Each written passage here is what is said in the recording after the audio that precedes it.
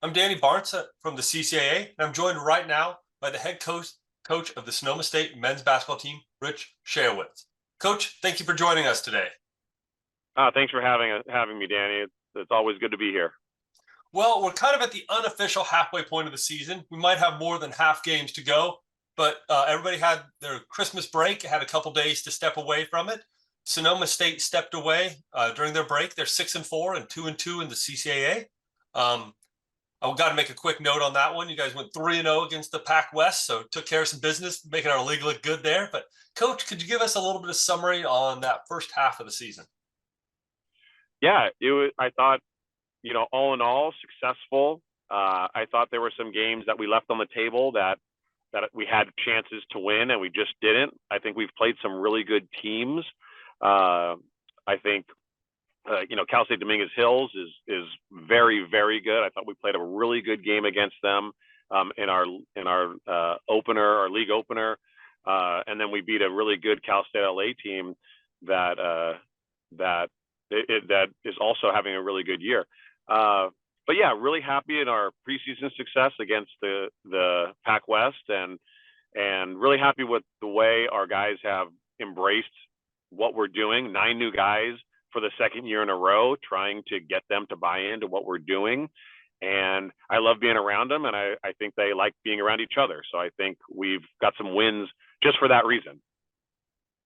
Very much for bringing that up, and that's kind of leads me into some of my other questions. So you can always look through a box score. You can always see some of those ones, and we'll talk about some of those numbers coming up here in a minute. But what do you feel are some of the strengths of your team, maybe besides just the numbers? Great question. I think about that every day. As a coach, I'm a defensive guy, defense first. So getting them to buy into playing the game defense to offense versus offense to defense. And I think we've bought into that. I think a lot of our guys have understood what we're trying to do and have realized that how much better we are as a group when we play the game defense to offense versus offense to defense. Our camaraderie and our togetherness is unmatched. I think it's really, really great. I think we've recruited some guys that have really brought that in from wherever they were from already. And so it was already ingrained in how they played and how they operated within the group. So it just added to our culture. So I'm really happy with the camaraderie with our guys, and really happy that they like being around each other. I think that makes our day a lot easier. It makes practice a lot better. And there are days where you wish practice was a little bit more competitive because they're such good friends. But for the most part, they do a good job of going at each other and trying to make it as competitive as possible. Well, the two things that you mentioned on that one about coming together, the numbers I thought really stood out to me where you guys are right now third in the conference in field goal percentage, which is at about 46%, and you guys are third in field goal percentage defense. So those have to be two numbers that stand out pretty well to a coach right there.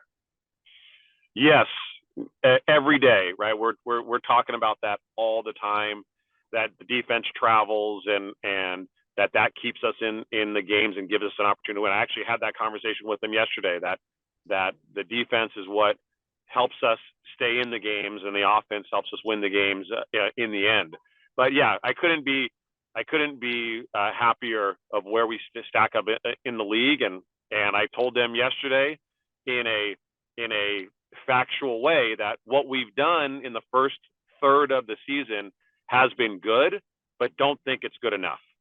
Don't think that that's where we're going to settle, because everybody's getting better, and we haven't played the top of the league yet as a whole.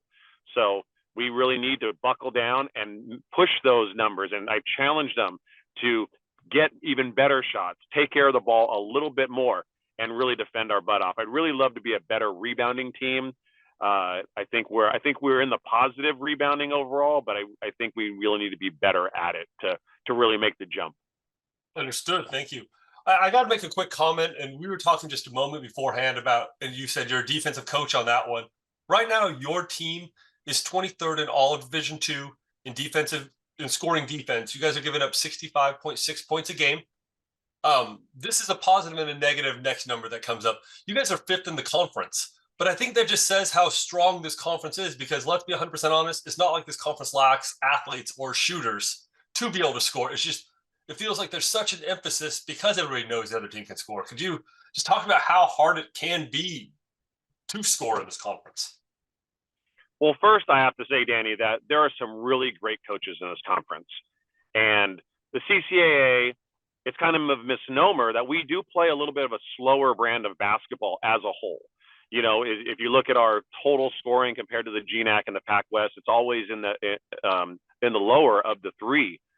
So the pace of play is a little bit slower. But I got to give credit to the coaches in this league who understand how to win, how to play half court basketball, how to defend, and everybody does it in such a different way.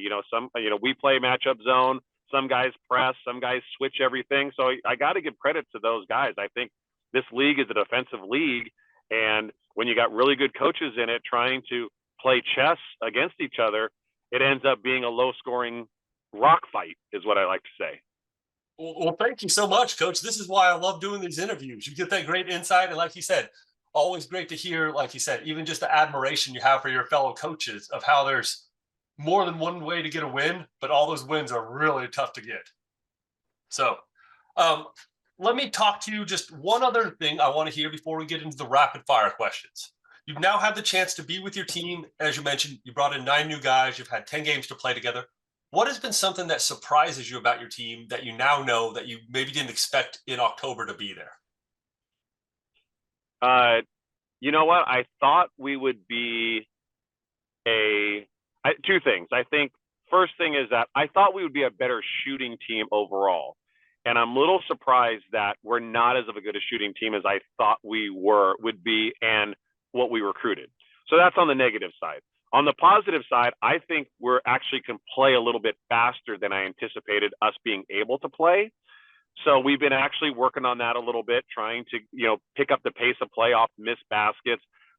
Guys that can really run, that I think can do some of those things that maybe in the past we haven't done. So on the positive side, I think we can pick up the pace a little bit. And we've never been a really high volume scoring team, but I think we can push the pace a little bit. Awesome. I appreciate that very much. All right. Toughest part of the whole interview coming up right now. 5 rapid fire questions for you, Coach. Here we go. Who is the best one-on-one perimeter defender on your team? James Nobles. Love it. Who is the best rebounder on your team? Andrew Henderson. You've already answered this question. I usually have it for the coach, but I got to switch it up for the players now. Would your players rather score 90 or hold a team below 50? Well, I think they'd rather score 90, but we're trying to twist their arm to love when teams only score 50. I couldn't ask you that question. It was too obvious of an answer. All right. What is your favorite practice drill? Defensive cutthroat shell. Awesome. Appreciate it. Where is the hardest place to play in the CCAA? Ooh, that's a great question. I would probably say Chico State. Love it. Okay, you're off the hot seat now, Coach. That's all I got for you. Thank you for just taking some time and giving some insight into the Seawolves. Awesome, Danny. Thank you. Thanks for always trying to elevate the CCAA. It's great.